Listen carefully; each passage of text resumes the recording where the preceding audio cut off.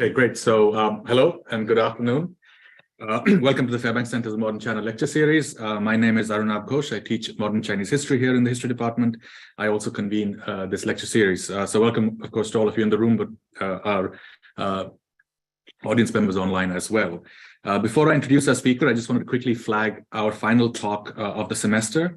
On November 29th, which is a Tuesday at 4 p.m., we'll welcome Lin Wu from Arizona State University, who will be delivering a talk titled The Politics of Martyr Commemoration in Modern China and Contemporary Taiwan. So please look out for the formal announcement of that, which will be up over the next few days.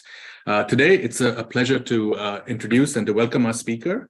Benno Weiner is Associate Professor in the History Department at Carnegie Mellon University. He is a historian of modern China, Tibet, and Inner Asia, and much of his research focuses on China's contested and, as he would likely argue, incomplete transition from empire to nation state. In particular, his work explores the processes and problematics of 20th century state and nation building within China's ethnic minority regions. And in keeping with those themes, many of you probably know, his first book, The Chinese Revolution on the Tibetan Frontier, published by Cornell University Press in 2020, is among the first major studies of a nationality minority region during the formative years of the People's Republic of China.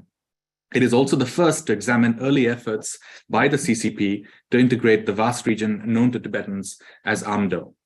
Benno is also the co-editor, along with Robbie Barnett and Françoise Robin, of Conflicting Memories, Tibetan History Under Mao Retold, which was published in 2020 by Brill. Benno received his PhD from Columbia University, and before joining Carnegie Mellon, he also taught at Appalachian State University. He's now working on a new monograph, tentatively entitled Imperial Borderland to Socialist State, Territorialization and Minoritization on the Margins of Republican and Early Maoist China. And I believe the talk is in many ways related to that larger project. So look forward to hearing more about it. Before I hand things over to Benno, a few words about format. Benno will speak for about 40 minutes, thereabouts. We'll then follow that with Q&A for about 30 minutes. We can stretch that to a little bit more if need be. For those of us who are joining us online, please feel free to use the Q&A function to type up your questions. I'll give priority to the people in the room, but I'll do my best also to get to your questions to the extent possible. So, Benno, a very warm welcome, and over to you. Thanks so much. Thank you, Arnab, for the invitation. First of all, for the very kind introduction. I wanted to thank Mark Elliott, who I think recommended me for the series initially, as well as Mark Grady, who did all my arrangements and is manning the slides as well, and everybody at the Fairbanks Center that makes not just this talk, but all of the things that you do here so wonderful, so important. And as always, you've had some great speakers. You're going to have another great speaker this semester. And I'm really honored and humbled to have the opportunity to participate, to be one of them, and to speak with all of you about some of the new work that I've been undertaking. And to be honest, in a sense, I'm a tad bit nervous, and that's not just because I'm at this sort of esteemed venue, but that, as Arnab was suggesting, most of my research to this point has been on Tibetan communities, this is sort of this paper, which I'm going to get today, which is kind of a bridge from that book to my newer work, is really the first time that I'm putting another ethnocultural group at the center of my focus. And I know there are people maybe in this room, maybe online, but certainly out there who have spent their careers studying Chinese Muslims and Islam in China. So I give this paper knowing that there's a lot that I still have to learn about these topics. But also I hope that by focusing on the Hui or Sino-Muslim populations during this really important and fundamental transitional period of the early Maoist state, it adds something to it adds to our understanding of state and nation building on ethnocultural margins and borderlands during the early PRC, more generally, and of course about the Hui more specifically. And I'm certainly happy to receive critiques and corrections and criticisms, and hopefully some kind questions, if you will, as well, either at the end of this talk or in private and at some point in the future. So I think I'm going to stand up because I think I maybe feel a little more comfortable doing so. One of the things that really intrigued me as I was researching my book, although I didn't really pursue it in a sustained way in the pages of that book, was the different approaches that the Communist Party of China took to conceptualizing Tibetan versus Hui Muslim communities in the Northwest, and then towards incorporating them into the new socialist state. And today, of course, the state considers Tibetans to be one of the most problematic Minzu in China. And by contrast, at least over the last few decades, at times the Hui have been touted as something like a model minority, a successful example of the harmonious inter-ethnic relations and the effective application of the party's Minzu policies, ethnic policies, and principles. This couldn't have been more different in 1949, however. On the eve of so-called liberation, party and military leaders in the Northwest anticipated stiff resistance, sustained resistance from Muslim communities. On the other hand, they expected that Tibetan Buddhist communities would welcome their forces more or less with open arms. And we're going to talk about, or I'm going to talk about the second part of that equation in due time. The first part, however, probably wouldn't be or shouldn't be too surprising to people who have studied these communities, whether it's in the late Qing or in the Republican period. As historians such as Jonathan Littman and others have shown, in China, as in many other places, the state has had a long a tradition, I guess you could say, of racializing Muslim populations as insular, untrustworthy, disloyal, violent, and these types of things. In China, this, of course, was magnified by the so-called Great Muslim Rebellions, or the Great Northwest Rebellions of the late 19th century, which really devastated the Northwest, while furthering Muslim fear of their Han neighbors and of the state itself, I think. And all of this, of course, is still in living memory in the 1930s and 1940s and 1950s, and really still casts a shadow to this day, I think. Of course, minorities aren't automatically minorities. As others have reminded us, such as Gyanendra Pandey, like the nation itself, they're historically constituted. During the Republican period, debates raged both among Muslim intellectuals and between them and the Han establishment over what type of community Sino-Muslims or Chinese-speaking Muslims embodied, whether it was religious, whether it was ethnic, whether it was both, neither, something else, without coming to any real resolution as far as I can tell. The Kuomintang under Chiang Kai-shek generally considered Sino-Muslims to be a religious minority. Although, of course, more recent research has shown that the reality is a little more complicated than that. Communist leaders seized upon this as an opening, so that by the time that their soldiers captured Northwest China, the party had long insisted that the region's Chinese-speaking Muslim populations belonged to the larger singular Hui Minzu, and that the Hui were one component of a historically constituted, inseparable multi-Minzu China. Despite these assumptions, and despite considerable efforts to overcome them, over more than a decade, really, by 1949, the CCP had experienced only limited success attracting support from China's Northwest Sino-Muslim communities. Meanwhile, on the battlefield, some of its worst defeats had come at the hands of primarily or prominently Muslim armies. As explanation, officials involved in nationalities work, as they termed it, repeatedly cited familiar tropes that identified the, quote, conservative and parochial nature of Islamic culture and religion as obstacles to both nationality and class awakening. However, they were also quick to shift the lion's share of the blame to what the party referred to as great nationality chauvinism, daminzuzhui, or more commonly as great Han chauvinism, dahanzuzhui. The claim was that for centuries of repression and exploitation at the hands of the Han majority primarily, and particularly the cataclysmic violence visited upon Northwest Muslim communities in the late Qing, had left them distrustful of the overwhelmingly Han, PLA, and CCP, and therefore also susceptible to the manipulation by reactionary Muslim leaders, elites, especially the so-called Ma family warlords who had dominated the Northwest since the last years of the Qing Empire. So what I'm going to try to do over the next 35 minutes or so is to dive into this, what this all would mean for the party and for the people they codified as Hui during the first tense months and years of the People's Republic, by zeroing in particular on the party's discourse on great nationality chauvinism and its application in one particularly complex frontier region that we'll be talking about. I'm not going to be examining the construction, evolution, maintenance, or complexities involved with Sino-Muslim or Hui identity itself. That's been the subject of many very good studies in recent years. Instead, I'm interested in examining the discourse and the policies that emerged from that discourse as a creative but ultimately insufficient mechanism for tackling one of the most vexing global problems of the 20th century, state building. And that is how to fit the ethnocultural diversity of the dynastic state within the nation state form without resorting to ethnic violence.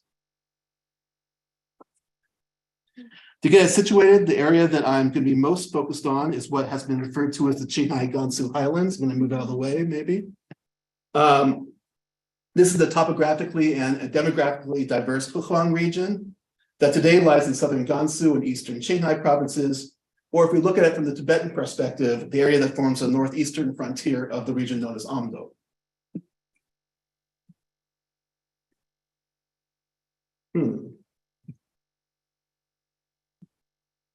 There we go.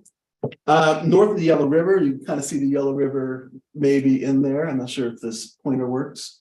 North of the Yellow River lies a band of ethnically mixed but heavily Muslim districts that stretch roughly from Linsha in Gansu, which even then was often referred to as the Mecca of China, to the agricultural districts that surround Qinghai's capital of Xining. While Tibetan Buddhist communities traditionally predominate in the towns and villages and monastery regions south of the river, and particularly as you move upward into the grasslands that spread out within the Great Bend of the Yellow River. Now, the CCP's critique of great nationality chauvinism, which of course drew from Soviet nationality theory, of course wasn't unique to Han-Hui relations. But as I'm going to try to show, its application in the Northwest to the Northwest Hui may have been unique. It may have been different from other areas and other groups. The concept itself was first advanced in a sustained way on the western portions of the Long March, where it helped explain the hostility the Red Army faced or was facing from many of the non-Han communities it was encountering in those difficult days. The need to develop a more cohesive nationalities policy, however, arose after the party core reached the relative safety of its Northwest base area. Their earlier flirtations with formulas that allowed for some sort of non-Han self-determination hardened into a vision of an indivisible multi-Minzu socialist China. So discursively at first, but eventually with world-altering ramifications, non-Han groups were transformed into minority nationalities within a Han-dominated state. The domestication of the nationality question, as they referred to it, raised its own existential questions for the party leadership. Most fundamentally, if it's one nation, why then were relations between different Minzu so often scarred by deep division and distrust and conflict and violence and so forth? And how might these tears in the Zhonghua Minzu, how might they be mended? Into the late 1950s, the CCP consistently asserted that internationality, animus, and alienation, first and foremost, was the consequence of great Han chauvinism, which was described in a pivotal 1941 study of the Hui question as, quote, thinking, principles, and behavior that oppresses weaker nationalities. And it added, throughout history, it has created within the Hui distrust and hatred for the Han. So having determined that nationality disunity was principally a product of Han prejudice and exploitation, policymakers were equally clear about how they might go about curing this problem, curing this malaise. Within the Han majority, and especially among Han cadres and soldiers who worked in so-called minority nationality communities, an all-out effort must be marshaled to eliminate expressions of great Han chauvinism. Only then would local nationalism, Difangzhui, or narrow nationalism, which were deemed to be parochial responses to great Han chauvinism, only then would they gradually disappear and the sought after nationality unity be secured, be won. Urudim Bulag, who is a leading scholar of ethnopolitics in China, has argued that this formula in which the Chinese Communist Party took on the role of what he calls good Han, determined to liberate oppressed smaller nations from those it deemed bad Han, introduced a, quote, new Han ethnic sensibility that was self-reflexive and self-critical rather than being simply paternalistic. This is one that would allow the CCP to think beyond the homogenous nation and granted a prominent place for the non-Han in their critical thinking. Or to put it another way, at least for the time being, it was fundamental to the manner in which the party understood its own legitimacy amongst non-Han communities. This is not working. There we go. But what happens when history's bad guys aren't Han? In the Qinghai Gansu highlands, the CCP identified the Hui Muslim warlord, so-called warlord Ma Bufang, and his coterie of reactionary officers and feudal landlords, not Han elites and not Han militarists, as the principal agents of nationality exploitation. And they identified Tibetans, not solely, but largely, to be the main target of that exploitation. As such, when the CCP, quote unquote, liberated the Northwest, it declared Tibetans essentially to be a priori victims of nationality exploitation. And this was the case almost irrespective of an individual's class base or his or her behavior in previously, or networks, or anything. In other words, lamas and Tibetan hereditary headmen were all declared to be victims of this type of oppression. By contrast, regional leaders ordered their soldiers and cadres to separate good Muslims from bad. Yet because Hui were both traffickers and victims of nationality exploitation, the distinction was complicated. It couldn't be solely based on class status, for instance, as it theoretically was in Han rural settings. The Hui as a community found themselves positioned somewhere between victims and oppressors. Then this need to distinguish between good Muslims and bad, potential friends from diehard enemies, would be made even more urgent by a string of uprisings between 1949 and mid-1953, would engulf several Muslim majority areas along the Gansu-Qinghai frontier and beyond, before spilling into the Tibetan and Mongol-dominated grasslands to their south. And I think useful echoes can be found in the Qing state's determination during and after its pacification of the Northwest rebellions to distinguish bad Muslims, as again, Lippmann and other people like Hannah Thicker have mentioned, bent on disrupting social order, from good Muslims capable of proving loyal to the state. And even today, the rhetoric of good and bad Muslim remains. Now it's mostly tied to their perceived loyalty to the nation. However, I think the CCP's mid-century approach to the Hui question, while not unconnected to these currents, should not be conflated with either. They can't be just conflated with these other circumstances. They must be viewed in their own historical moments as an expression of a particular practice of minoritization and a framework for conceptualizing the new socialist nation state that emerges in competition with other actors and more broadly amidst a global reckoning over the minority problem in the first half of the 20th century and beyond. So much of this begins to be hammered out during the war years, as a Minzu establishment is formed, emerges at Yan'an. And the base area's physical proximity to heavily Muslim populated regions, but also the need to counter Japanese overtures to those populations, meant that the Hui, as well as Mongols, for similar reasons, would become the primary focus of a lot of the Minzu work that was being done in the early years. And what I found striking about it is, at the time, it was openly admitted that the Hui actually did not conform to Stalin's criteria for nationhood, for nationality, common language, locality, economy, and what he called psychological makeup. Instead,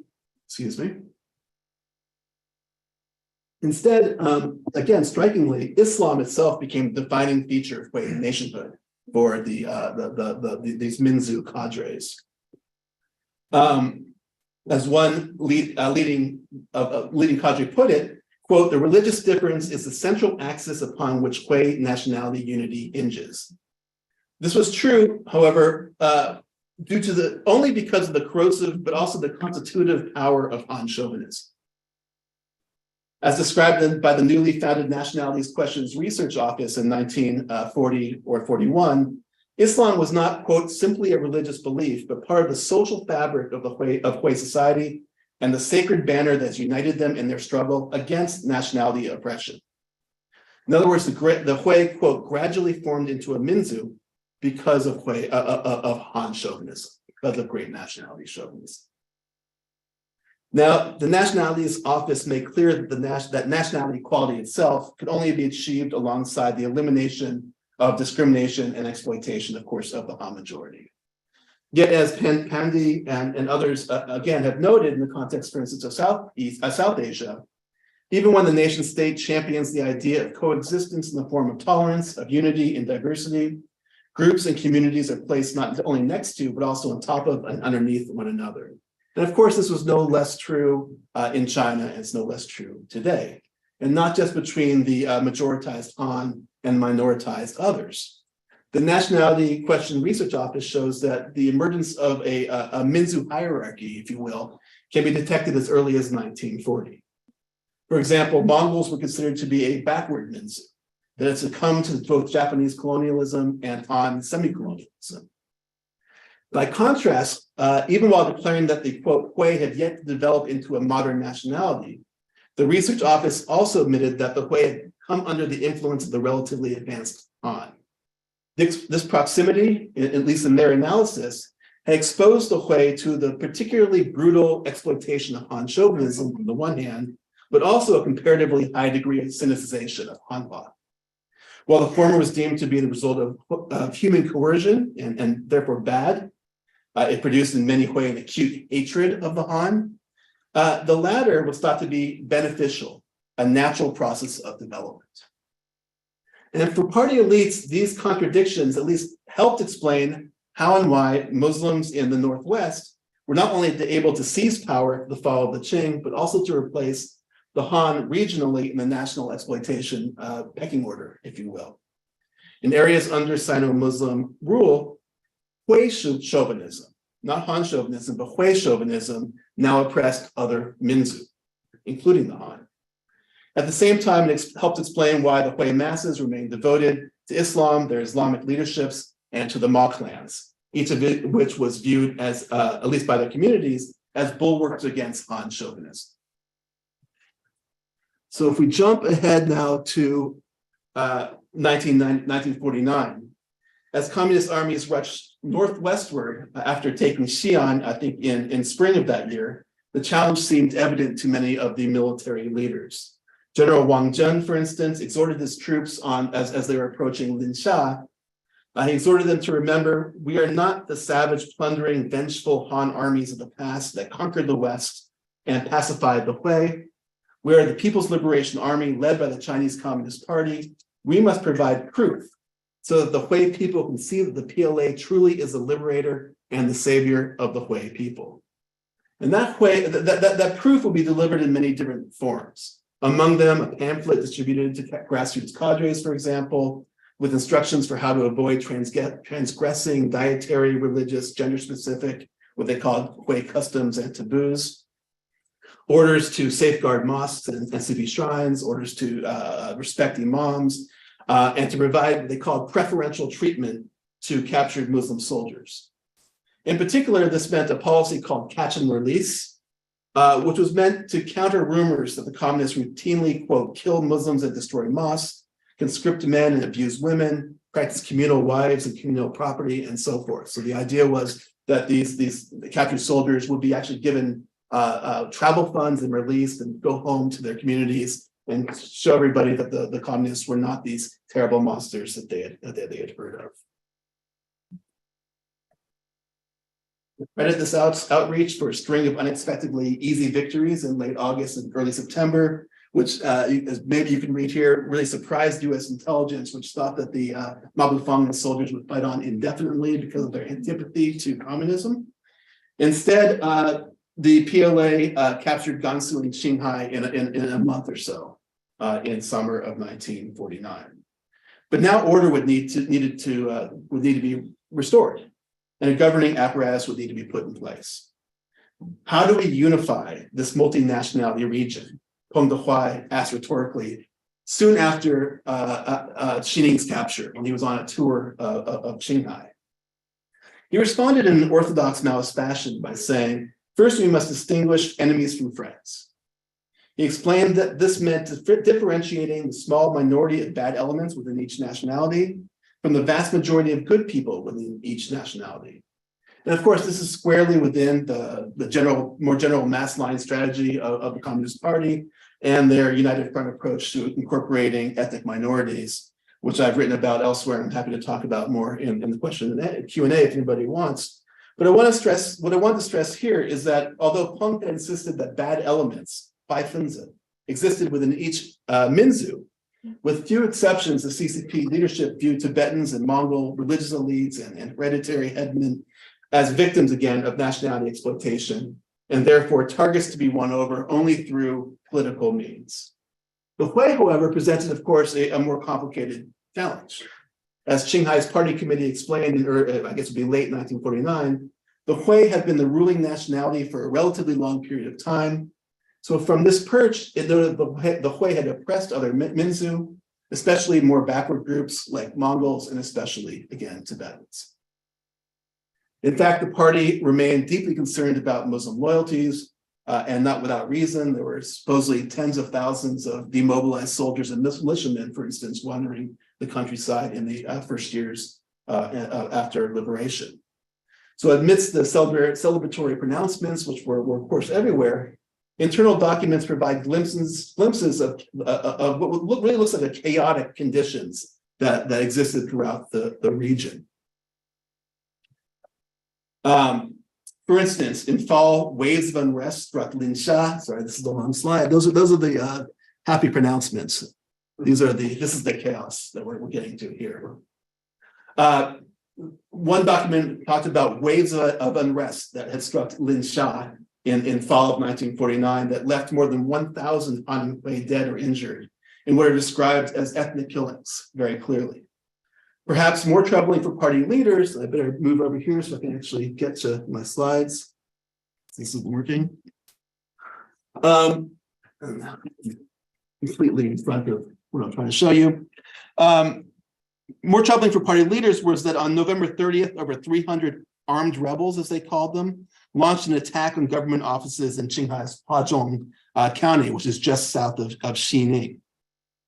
Then on December 5th, more than 1,700 men wearing white caps and red armbands, which would have identified them as both Muslims and as members of Ma Bufang's defunct forces, seized 2 townships in Datong County, just north of Xining.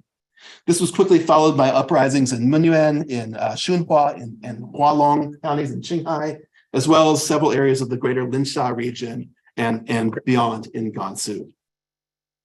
Now, these revolts will be put down with considerable violence. What the violence? No, there's the violence. However, they proved to be the first in a series of acts of armed resistance that would come to an end after only after several years, 98 bandit extermination campaigns, as the party called them, and more than 1,400 PLA fatalities in Qinghai alone.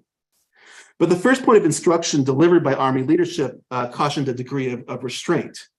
While the sources make clear that the rebels were largely Muslim, it demanded soldiers and cadres remember that it absolutely is not a Hui rebellion. A report that referred to the revolt in Datong as the Datong Hui Rebellion was even appended with a corrective, which reminded readers that Qinghai's party secretary had explicitly ordered that it is completely inappropriate to consider this to be a Hui rebellion. Now, the proclamation that the unrest was something other than a Hui rebellion was a message to cadres and soldiers not to succumb to old anti-Muslim prejudices on one hand. It was also meant to reassure both Han and especially Muslim residents of the Northwest that the regime was not going to take sides, for one, and that there wouldn't be a repeat of the inter-community and state violence of the late Qing. But if not a Hui rebellion, what was it? According to contemporary reports, it was a large, organized, and planned conspiracy by a cabal of senior military leaders and officials of Ma Bufang's old regime who were exploiting Muslim fears that, quote, the Han had seized power to reinstall the old order. In other words, at its core, the uprising was to be treated not as an internationality struggle, not as a Minzu struggle, but as a last-ditch effort by a small number of class enemies to exploit old fears and prejudices that were, quote, created by Han chauvinism as a way to reverse the revolution. But regional leaders made it clear that not all this chauvinism was chauvinism from the distant past or even the recent past. Contemporary reports are actually rife with often vague admonishments, urging cadres and urging soldiers to correct shortcomings, mistakes, and prejudices in their own work. Sometimes, however, the transgressions were made more explicit. The example most often cited internally was the events that had led to or set off the bloodletting in Linsha, or the Linsha incident, as they called it. The spark for that had been the death of 5 Hui while in custody. But this had only come after, quote, leading cadres had not only ignored plots to annihilate the Hui, but they had also confiscated firearms from terrorized Muslims. These are all words that are being used by the party leadership, and had engaged in the mass and arbitrary arrest of Han residents. A second, see if you can follow this, a second large-scale bloody incident of an ethnic nature to the east of Linsha in Pingliang region was blamed on gratuitous acts of great nationality chauvinism committed again by Han cadres and soldiers, which in this case included raising pigs in Muslim homes and even the near disinterment of a Sufi lineage founder. As had been all too common with Qing armies of the previous century, the CCP's representatives had been unable or perhaps were unwilling to separate good Muslims from bad. A report in the Gansu Daily even suggested that in the worst cases, Hui may have been arbitrarily shot and killed. And this is in, again, the Gansu Daily. To break this cycle of discriminatory violence, regional leaders doubled down on the need to distinguish the vast majority of good Hui from the small number of reactionaries in their midst. This did not simply mean separating those who had joined the uprising from those who had stayed home. Because Han chauvinism was considered still to be the root cause of the rebellion, it also meant weeding out the rank and file and even mid-level insurgents from the, quote, bandit spies and local tyrants who had either pressed or tricked ordinary Muslims into taking part. In addition to weakening the insurgency, this offered the CCP an opportunity to demonstrate that it was not targeting Muslims, but those allies of the Ma regime that had been most exploitative and now hope to restore the old reactionary order. By October 1950, almost 30,000 suspected rebels had surrendered, according to the documents I've seen, which from the perspective of Qinghai's governor was evidence that this type of outreach was working.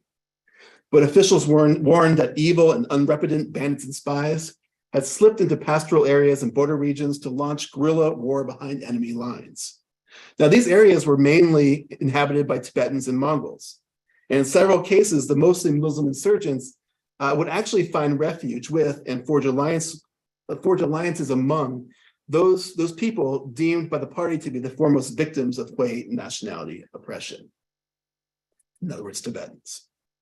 The easiest explanation for the party might have been that class interests were proving more resilient than nationality cleavages. But that really just wouldn't work within the framework that the CCP had constructed in this region. Instead, party leaders cast backward Tibetan and Mongol elites not as class enemies, but as victims, once again, of their Muslim co-conspirators' manipulation, of their trickery. The Nanga Rebellion quickly became the prototypical example of this dynamic. In summer 1950, the powerful headman of the Nangwa Tibetans, a man named Wanchen Dundrup, had begun to stockpile weapons and fortify roads into his wooded and mountainous Nangwa stronghold, which lay right just south of the Yellow River in a defensible area, while giving sanctuary to Hui rebels who had been flushed out of their regions north of the river when their insurgencies had been crushed. Soon after, they joined together, the Nanga Tibetans and these outside Hui insurgents, to launch what has been called Qinghai's longest and most influential rebellion of the early liberation period. Despite the seriousness of the situation, however, or maybe because of how serious it was, party and military leaders treated this threat quite differently than they had the string of uprisings north of the river when they were in Muslim communities.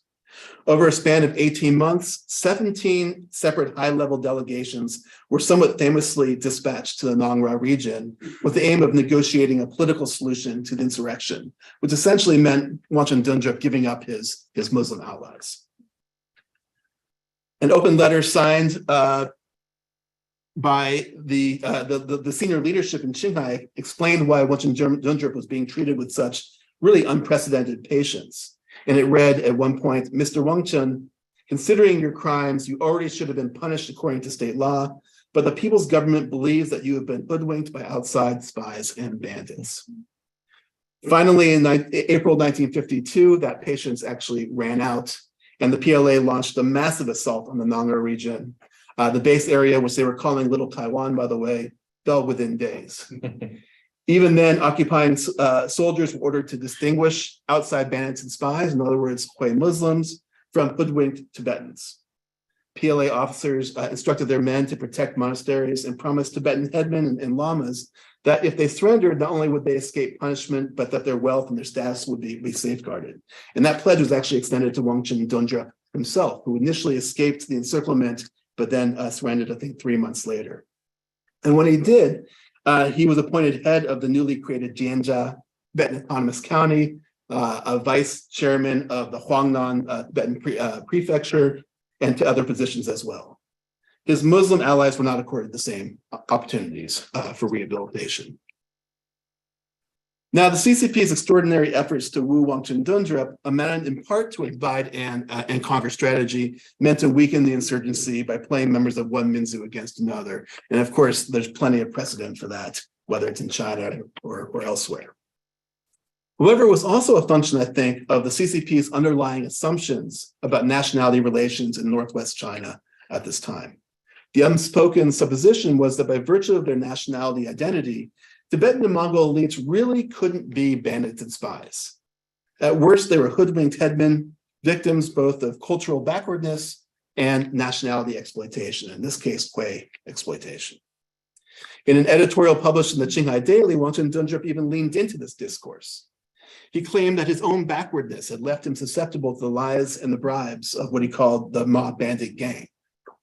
But of course, Wangchen Dundrup, who had been the head of the Nongra for 2 decades at this point, so he had decades of experience navigating the region's complex dynamics, and this included a long, complicated relationship with Ma Bufang himself.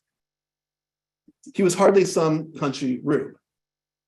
But the point being is that Muslim elites were not allowed the same benefit of backwardness. This did not mean that all Hui elites were considered enemies by any stretch, but it did mean that the line between enemy and friend was much more muddled than among the more quote-unquote backward Tibetans.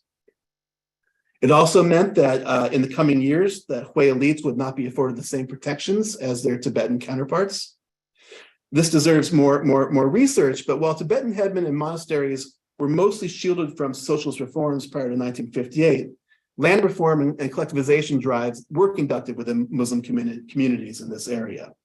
In Linsha, for instance, the state confiscated not only the large land holdings of the Ma families and other wealthy Hui, but also the substantial properties of mosques and Sufi shrines.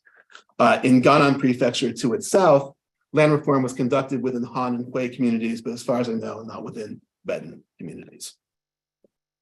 Now, the CCP's embrace of the discourse of Great Han chauvinism, once again, was a self-reflexive and self-critical way to reimagine the nation, to transform an imperial formation into a diverse state of nations, without the type of violence that usually accompanies processes of majoritization and minoritization. But the CCP's salvational mission to liberate oppressed smaller nationalities, I think, was and remains interwoven and often at odds with a civilizing mission that by its very nature is Han-chauvinistic. As elsewhere, despite pledges of equality and fraternalism, this always left minoritized people in China vulnerable to what Janet Klein, who's a historian of the Ottoman Empire, refers to as that unique brand of repression and mass violence when minorities, now conceived as such, come to be regarded as threats to the territorial integrity of the nation. This violence would be given legitimacy during 1957's anti-rightist campaign, when the causal link between great nationality chauvinism and local nationalism was abruptly severed. Rather than a product of Han exploitation, party leaders suddenly redefined local nationalism as an independent, dangerous, and even treasonous political deviancy bent on sabotaging socialism or even dividing the nation.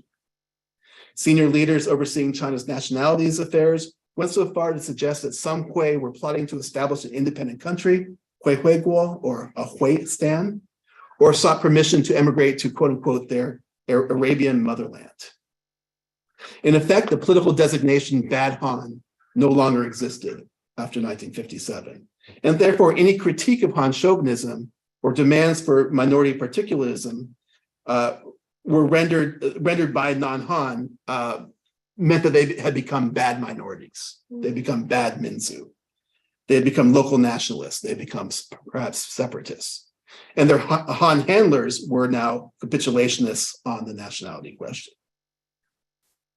In response to a combination of ethno-religious repression, food shortages, and orders to rapidly collectivize pastoral areas during the Great Leap Forward in 1958, a massive rebellion would engulf the region, particularly many Tibetans, Huis, Mongols, Salar, and other minority communities would become engulfed in this conflagration of violence. Unlike the early 1950s, this time security forces were unleashed with little restraint. No exemption was given for victims of nationality oppression. No distinction was made between Muslims and other rebels. In Linsha, for instance, unconfirmed reports suggest that security forces may have killed as many as 10,000 people and detained another 14,000. Again, more research is needed, but across the region, mosques and shrines, if not demolished, were shuttered and often turned to secular use. Imams and other religious leaders were jailed and publicly humiliated and denounced. Public religious life was basically proscribed for the next several years. In at least some cases, men were forced to cut their beards, women unveiled, halal dining halls were abolished, Muslims made to raise pigs, and so forth. And as I detail in my book, Tibetan communities became victims of perhaps even greater levels of cultural destruction, of dislocation, of incarceration, and death. Among them was Wangchen Dundrup. Like many of his contemporaries, the Nangra headman was quickly arrested in spring of 1958, and he died not long after, officially of an unspecified illness.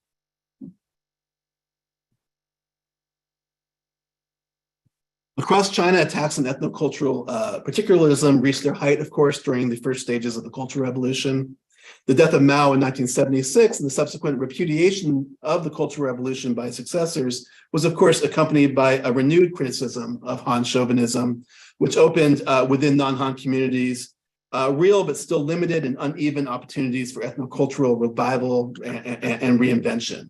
And arguably, in some cases, the Hui may have been better positioned than others to take advantage of these openings. Nonetheless, Hui still occupy sort of an awkward ethno-political position, I think, in post-Mao China. On the one hand, is a loosely connected, relatively well-integrated Chinese-speaking Minzu without obvious transnational linkages, sure there are some, or recent histories of open state anti-state activity. And they, again, have been regarded at times as something of a model minority, particularly in contrast to Tibetans, Uyghurs, and other more problematic ethnic communities. On the other hand, long-term mutual suspicion born in part from communal memory of the history of Han Muslim violence has been elevated in recent years by a resurgence of Han ethno-nationalism and by 21st century Islamophobia, both of which are intertwined with the state's campaigns against terrorism and religious extremism and the like. Simply put, Hui Muslims continue to operate amidst good-bad dichotomies. They have to prove their loyalty to the nation in ways the unmarked majority does not. The terminologies have certainly changed, but under Xi Jinping, the CCP again has come to embrace what was once called Han chauvinism, pure and simple, while attacking expressions of ethnocultural differences in ways that echo earlier criticisms of local nationalism.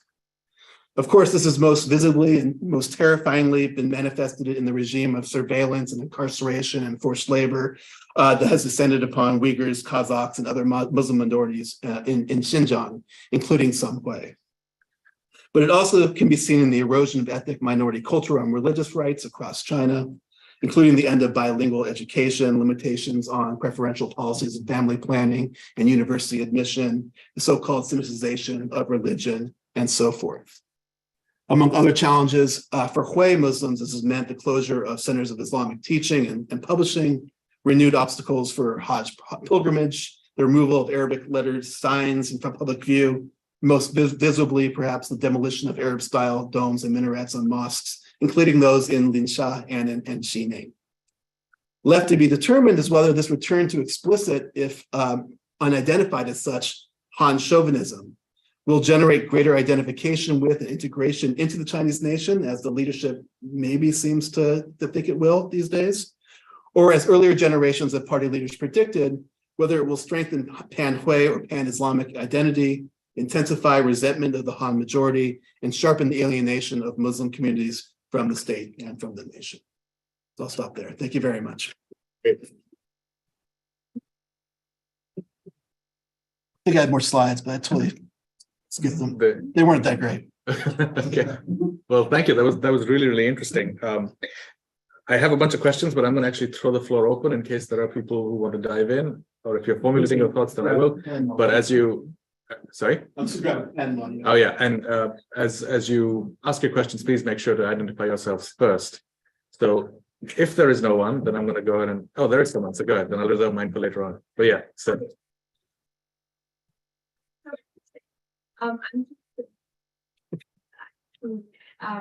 Is on the currency.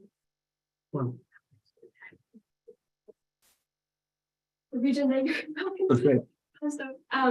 and so my question is, I've always approached the contemporary policy in terms of how is this import of policies and views and like Islamophobia, and also this sort of global narrative of war on terror and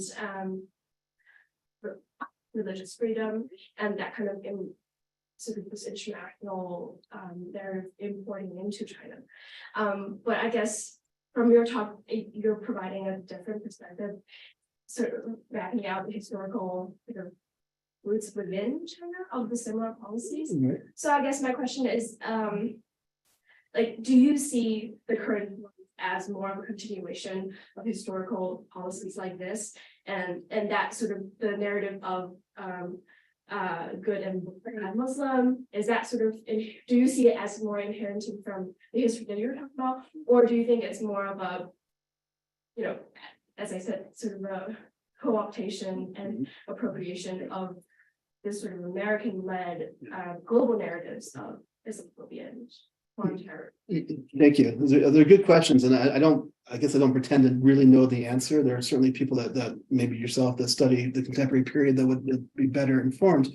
But I do think that what I was trying to suggest there towards the beginning is this whole policy towards of the self-reflexive policy of criticizing Great Han chauvinism was part of a larger dialogue regionally and globally about how you incorporate difference, whether it's religious difference, ethnic difference, into this new thing called the nation state. And there are different models for how do you do it.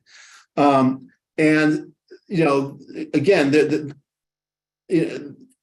they're in competition, for instance, with the Imperial Japan, who are also making promises to the Hui people at this time. And the Kuomintang is also, despite saying that they're a religious minority, they're also being much more practical on the ground, trying to figure out ways to accommodate these people, or maybe to transform these people. So, you know, I guess my answer to that is that it's always going to be a domestic mixed with these global influences. You know, I don't think it's just a U.S.-led dialogue. Not that you necessarily meant that.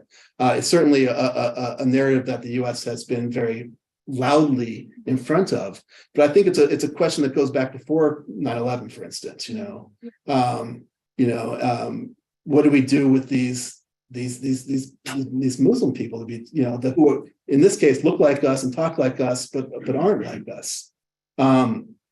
And so what I've been trying to do, both in my book and what I'm trying to work on now, is to really think about this question of how you do something that's almost unprecedented, and that is turn a diverse empire into a nation state. And what I've been, in some sense, I've been very impressed with the Communist Party's ingenuity and creativity. On the other hand, I don't think it's worked. On the other hand, they've also done this to people. Right. In every sense, they are making decisions, and they are deciding for other people. You know, that they are incorporating other people. Other people are not equals in that decision. So I you know, again, without having a real good answer to your question, I see it as part of a longer problem of how do you accommodate diversity? Do you accommodate diversity? Do you try to eliminate it? Do you try to export it, get rid of these people? Do you try to transform them into something else? Do you try to protect that diversity? And I don't think I think China's gone back and forth, zigzagged.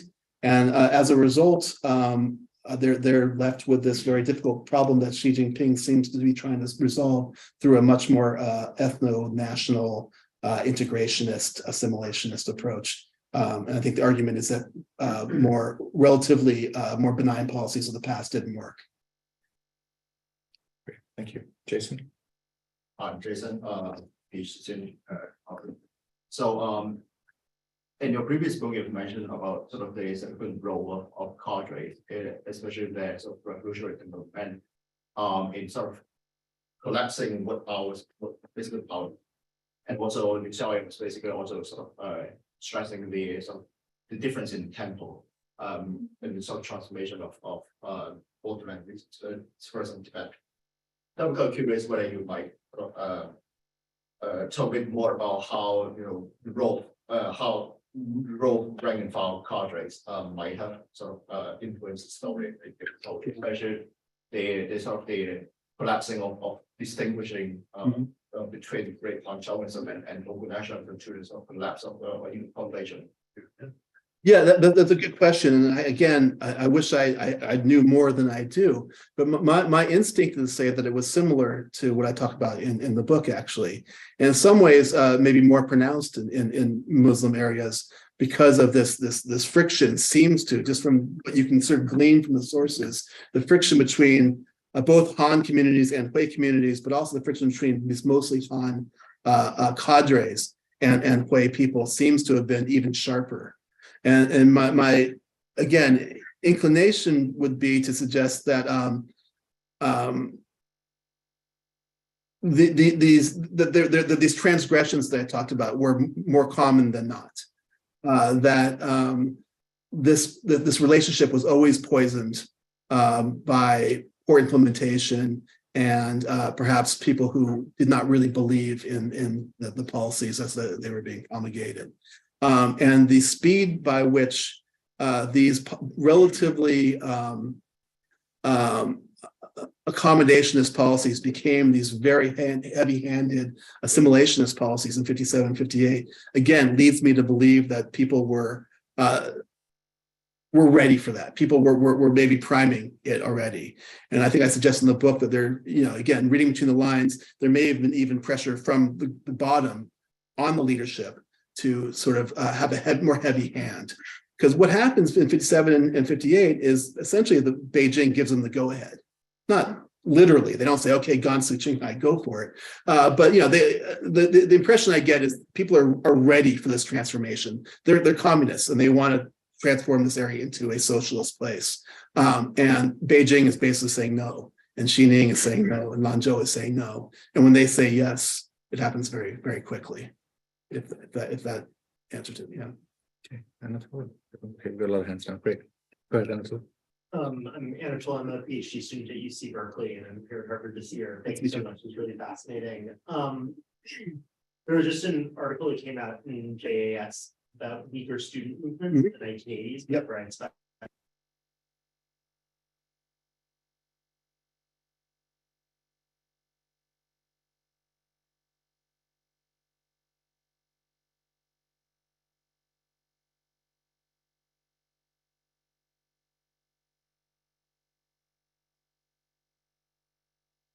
I mean, so first of all, there's a fascinating reckoning in Inner Mongolia that people don't know much about. There were protests in Inner Mongolia in 82 and 83, I think.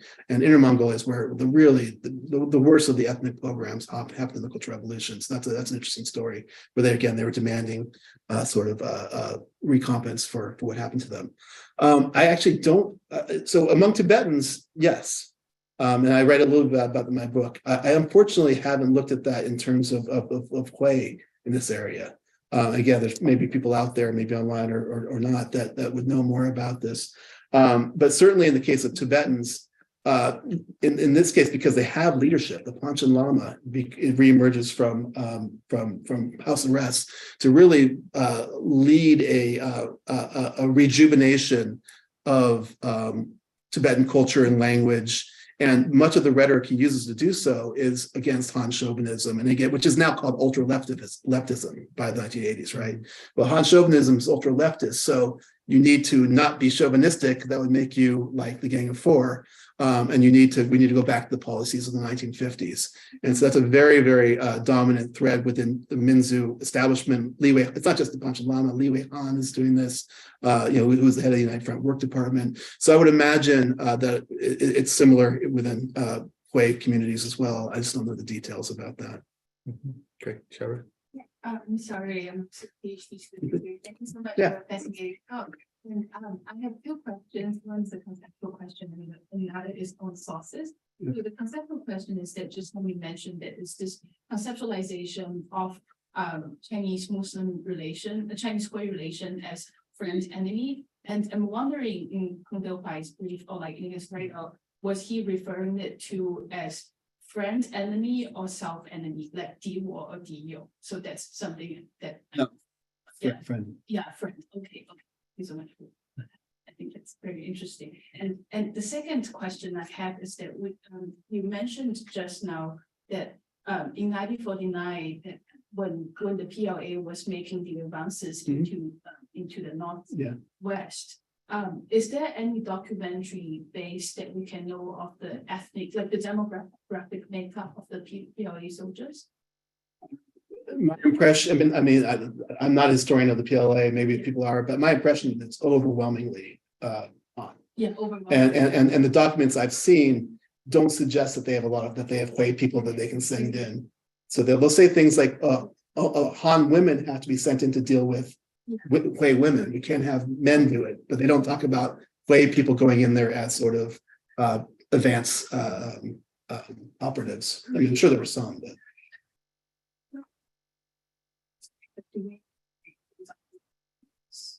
Where they're coming from, like how local they were, or For Hui, no, as in for the PLA. PLA. Again, from what I know, because this is the same army that would go into Qinghai and would stay in Qinghai, they go into Xinjiang. For the most part, they seem to be from Shanxi and from Hubei and sometimes in Sichuan. But not many of them are from the local region, as far as I can tell. I'm sure there are some. And there's almost none from Qinghai, for instance. Yeah. Okay. Yes, thank you very much, Weiner. It's fascinating. I also have a strong interest in this area.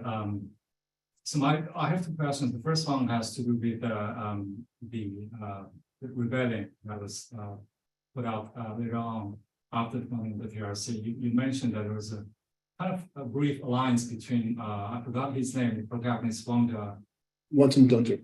Wanton Dundru. Yeah. Him and some of the police forces there. There's a new trending in the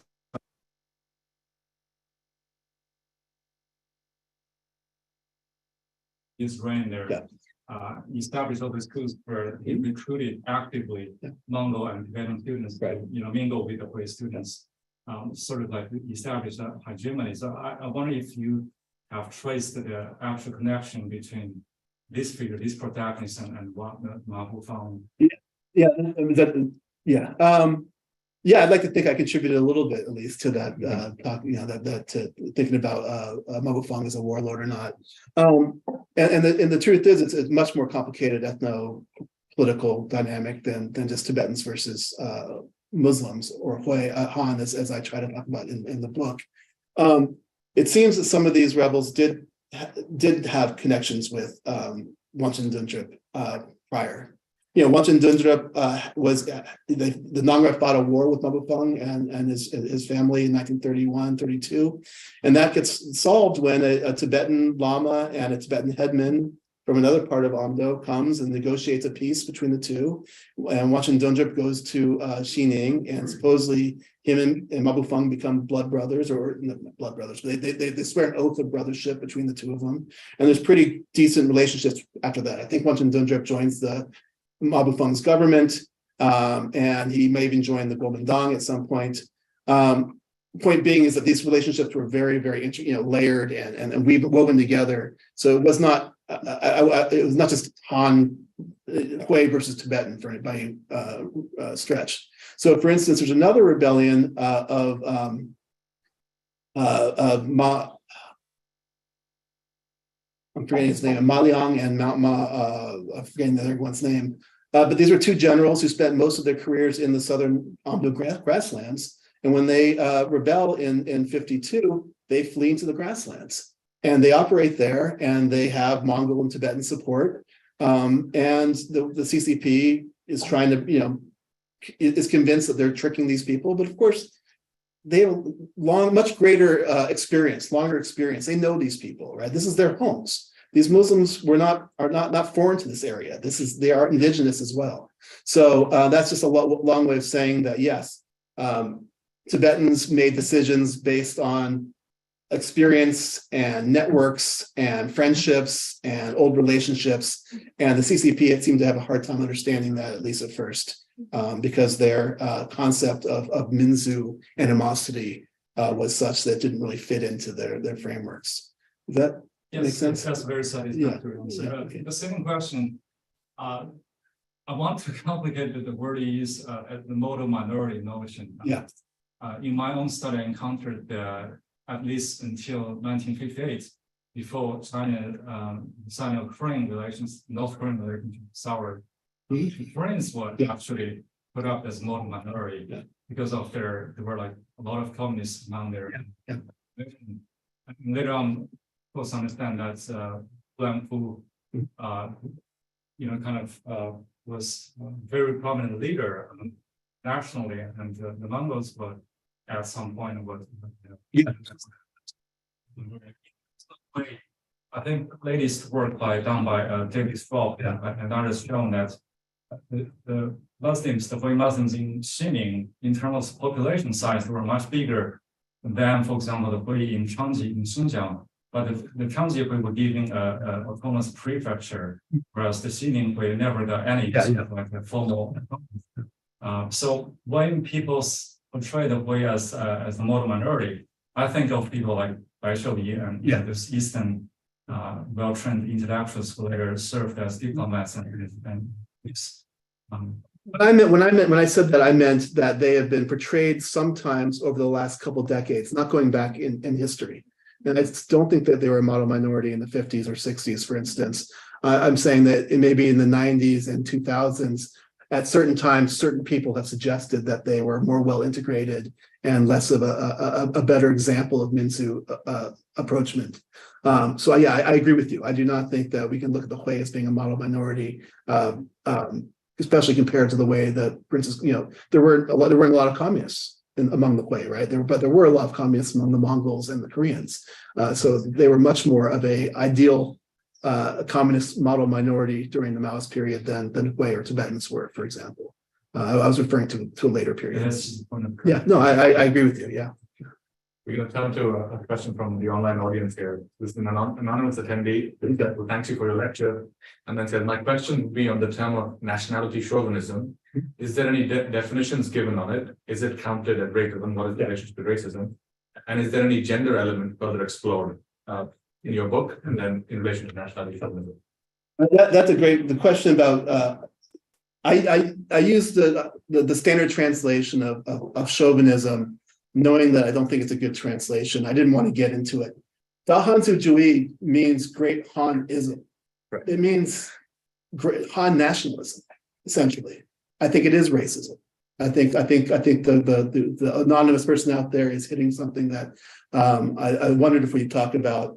I didn't feel like I had time to get into in the talk, but I think it's a problematic term. And one that maybe one of us here, maybe me, maybe somebody else needs to tackle at some point, because I think it is purposely smooths out a very, very nasty idea, right? Now, they were arguing that they were against it, so that's good, right? The Communist Party wasn't on chauvinist, but in the end, of course, and this is not unique to China. Minorities are almost always, or quite often, become the target of these types of stereotypes of disempowerment, of disenfranchisement, of assimilationist efforts to remove them. So I think that's not different than many other settings. But I do find it interesting the way the Chinese Communist Party tried to tackle that. Mm-hmm. But I do think Great Hanism is a better translation, or Great Han, Han nationalism maybe is a better translation than chauvinism. In terms of gender, I'm embarrassed to say that there's so little. I don't tackle it in this paper, and I don't tackle it enough in my book, partially because of the sources. There are interesting things in here. They are very critical of Han culture, the Communist Party, Hui culture, that is, in a part because of how conservative it is vis-a-vis gender relations as they see it. They see it to be very backward because of the way that women are theoretically treated. And I actually took something out about that because I just didn't have time to discuss it. And interestingly, they think the opposite for Tibetans. They think the Tibetans are too loose, essentially. The women are too wild. So there are these deeply stereotypical ideas that they express, Han chauvinistic ideas that they express. But I don't have that much more to say about it right now. Okay, great. Thank you. We have a question back over there. My name is Isa. I'm a first year PhD student at Inner Asian and Altai Studies here. I have a question, actually, it's a follow-up to Baikon's question and also the anonymous question here. Yeah. It's about the chauvinism and minority. You mentioned at least two types of chauvinism, Han chauvinism and Hui chauvinism. I was wondering, and both of them served as composition of rebellion or repression. I was wondering, are these two types of chauvinism, both of them rooted in the minority and majority dichotomy? Or put it another way, if there is a Hui chauvinism, how different is it from the Han chauvinism in your study?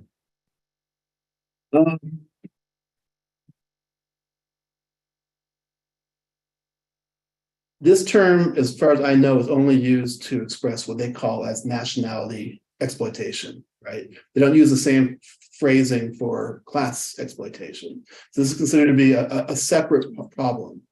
And in ethnic, quote unquote, minority regions, I mean, they're only minority regions because the state says that they're minority regions. So that's a matter of definition as well.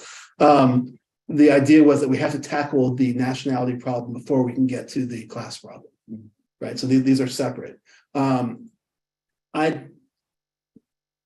The only difference I can see, just as I'm thinking through it, between Han chauvinism, or whatever you want to call it, Hanism and Huiism, is that Huiism is only possible because of Han chauvinism is the root of all problems, essentially. It creates the conditions where the Hui have become this exploitative Minzu in this one particular area. Does that make sense? But I don't think there's I'm trying to think through this. I don't think there's a qualitative difference between the two that I can think of. Maybe I'm missing it though. Was there another part? Well, no, well, then if I can just sort of piggyback on that, it's kind of interesting to think about it in terms of. I was thinking about this relationship also between sort of any kind of chauvinism or nationalism and then class analysis, which is so central to events that are going on in other parts of China during this period in the early 50s, right? And then you come to this, and later in the story, you came to this point where there's land reform attempted, but it's attempted almost before, as you sort of suggest, that there is a clear implicit sort of teleology where you have to solve the national problem first, nationalities problem first, and then you can only get to class. So what happens in cases where that the order gets confused? And in some ways, when you ended the paper by saying the nationality problem is back in some ways. So how to sort of think of that relationship then between the nationalities problem and the class problem, keeping in mind especially the meta project that you have, which is I think which is really fascinating, right? The empire to state transition. So I don't know if you have thoughts on that. Yeah, I think that the problem the Communist Party runs into is that their formula for resolving the nationality problem doesn't work, or it doesn't work in the time that they're allotting for it to work. And it's always running up against what I refer to as revolutionary impatience. How long are we going to give these people? How long are we going to, in the Tibetan case, how long are we going to cater to these lamas and, these headmen who are clearly feudal, who are clearly not part of the proletarian class. This is upsetting, I think, to a lot of people's sensibilities. So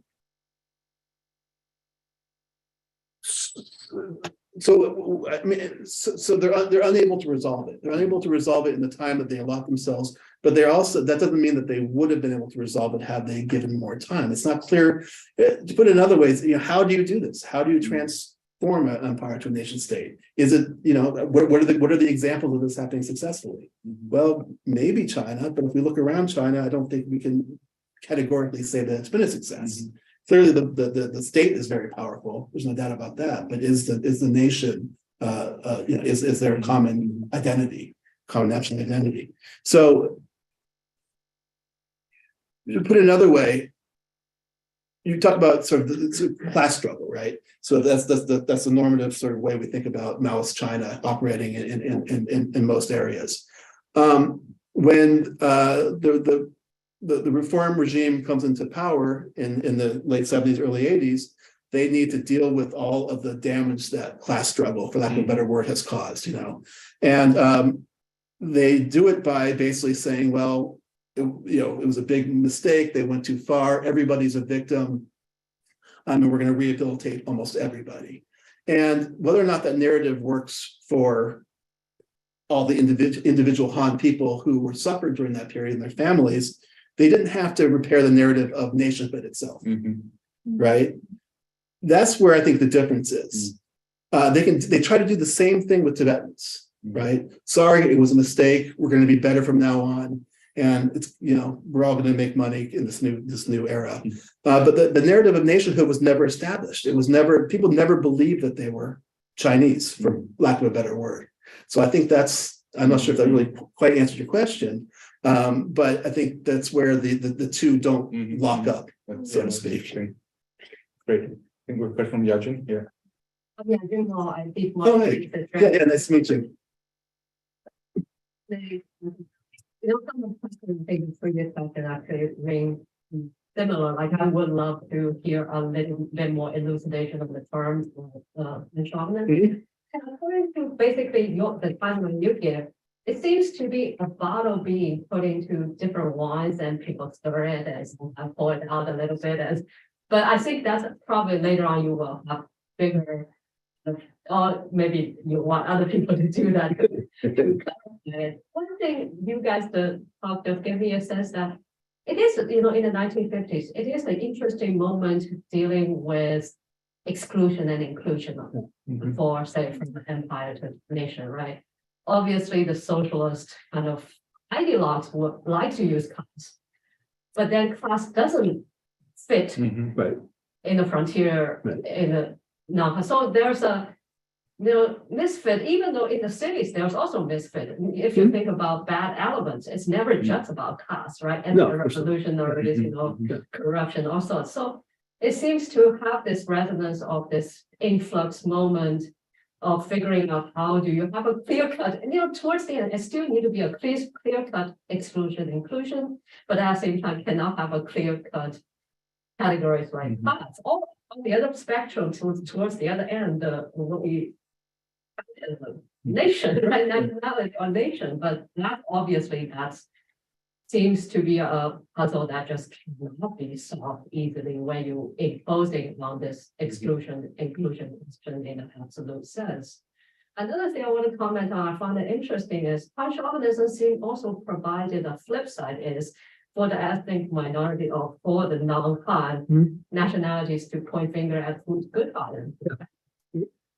That seems to also trigger some sort of annoyance among the people who like policing who's high chauvinism by that and make the state padres. I wonder if that seems to would you like to comment on that and see the longer trajectory of that flipping the script of the non-Han people pointing finger at who's good? Yeah, what I can. So in the Tibetan regions throughout the 1950s, higher levels are constantly harping on lower levels for Han chauvinism, right? So it's part of the discourse, the rhetoric up until 1957 or 58. Everything that goes bad is partially or wholly because of Han chauvinism. It's never because of the policies, of course, right? The policies are great, but it's the implementation of the policies, and that's due to Han chauvinism. What I haven't seen as much examples of non-Han people making that particular. I mean, I know there are examples of high-profile people doing it and getting in trouble in 58, being sent down, for instance, or worse. but I just don't know examples of, and it may be the sources, it may be that they're there, just the sources aren't showing me as much. The few times that I have, for instance, have, I guess, kind of transcripts of Tibetans in meetings with party leaders, they're being critical of themselves. And meanwhile, the Han are being critical of the state or the part, not of the party, but the administration. So they're not accusing the Han of anything wrong. And the Han are not accusing the Tibetans of anything wrong. They're both saying that they're both being self-critical. In fact, they're talking about making self-criticisms quite often. So whether or not that's representative of larger trends or just this particular documents I'm thinking about, which are really fascinating, but unfortunately they're pretty unique as far as I've seen. It's hard to say. I'm just thinking there's more I can say to that. I would imagine that there are examples of local people making those type of accusations. And certainly in 58, people are accused of making accusations of using Han chauvinism to try to get things. And then they're called local nationalists or separatists. Or if they're Han, they're called capitulationists. Yeah. Great. So we're at time, but Jason had a follow-up, or we can give Jason the last question then. Sort of backing on to sort of the early discussion on Han chauvinism, because I think many of us here already directly relate to sort of great Han chauvinism as a sort of domestication of the Bolsheviks' great Russian chauvinism. Yep. And I'm sort of wondering how sort of the rise of the term great chauvinism as some sort of a response to that, and how, because it's well known during the conquest of the Northwest that basically the party leadership has been in direct contact with Stalin. So I'm kind of curious how, the Soviet insights on their great chauvinism or something collapse in Soviet Union might have or might not have that influenced the story in China. I mean, what I can say is basically what people like James Leibold and Liu Xiaoyuan have talked about, how this great Han chauvinism actually initially, as I understand it, was used really as a way for party leaders to launch accusations against each other. Like Li Lisan was accused of being a great Han chauvinist. And then during the Long March, Mao and Zhang Guotao accused each other of being great Han chauvinists on the Long March as they went through. So it came from the Soviet Union and initially was sort of used in this, I won't say high level, but in this sort of weird discourse of ways to be critical of the way of people being too rightist or too leftist.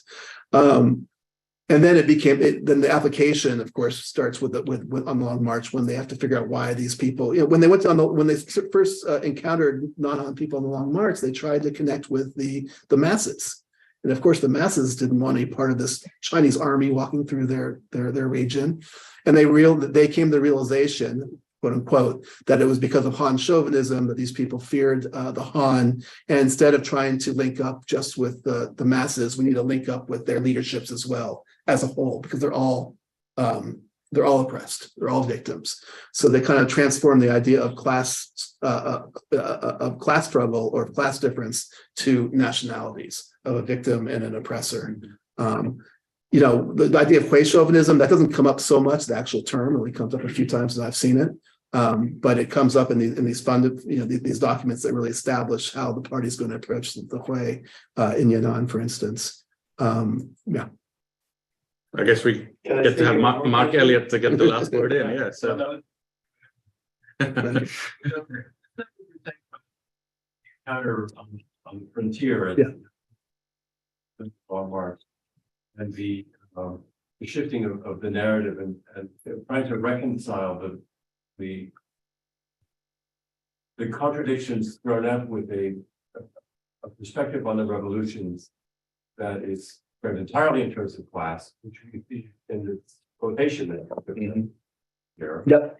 Where nationality is, we would really rather we didn't have to deal with this, because Marx didn't give us very much to work with when it came to trying to understand how this fits in with the march of history that otherwise will start turning it out there. What you said just now reminded me of a very similar kind of a narrative that emerged, of course, in a much earlier period in the 20s, about women who are also all victims. Right, interesting, yeah. And so gender, like Yeah.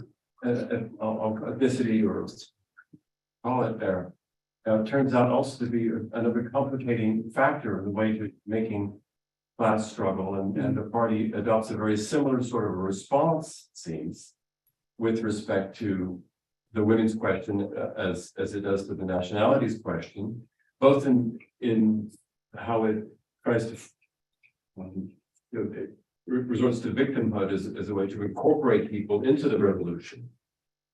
And in both cases, of course, it turned out to be highly imperfect. Yeah. Have you? I don't. I know you haven't written on this. I haven't. If you have, I've missed it. But is this something that does it make sense? Yeah, it does make sense to me. I mean, certainly, anthropologists, well-known ones have talked about the way that minorities are often feminized in China. Well, there's that too. Yeah, right. So I mean, that's a different thing than you're talking about, but maybe similar in terms of some sort of gender dynamics between the oppressors and the victims, the Han and the other, the men and the women. But no, I don't know if I've seen anyone that's specifically written about that. Yeah. Can I add on this? Sure. In Soviet history, there is a book about this. It's called the Surrogate Proletariat. It's about Soviet Central Asia, because the communists, they wanted to conduct reforms there, but they didn't find the proletariat in Central Asia. Yeah. So the Marxist theory doesn't work, so they just focus on women as their kind of targets, and they want to talk to women. Yeah. So I think that's the idea. I don't know in Chinese history if anyone has written this, but in Soviet history, that's somewhere. Yeah. Thank you. It just, every time I hear people talk about, scholars talk about research on Soviet nationalities, policy, and history, I'm just so overwhelmed. It's just so deep, and so it's just so much more developed for obvious reasons than ours. And then they ask me questions. I'm like, I don't know. Archives are still closed. They're getting more closed. State's still there, party's still in power. But yeah, thank you. That's interesting. So on that relatively depressing note, to the future of knowledge production. Thank you so much. It's really fascinating, and thank you so much.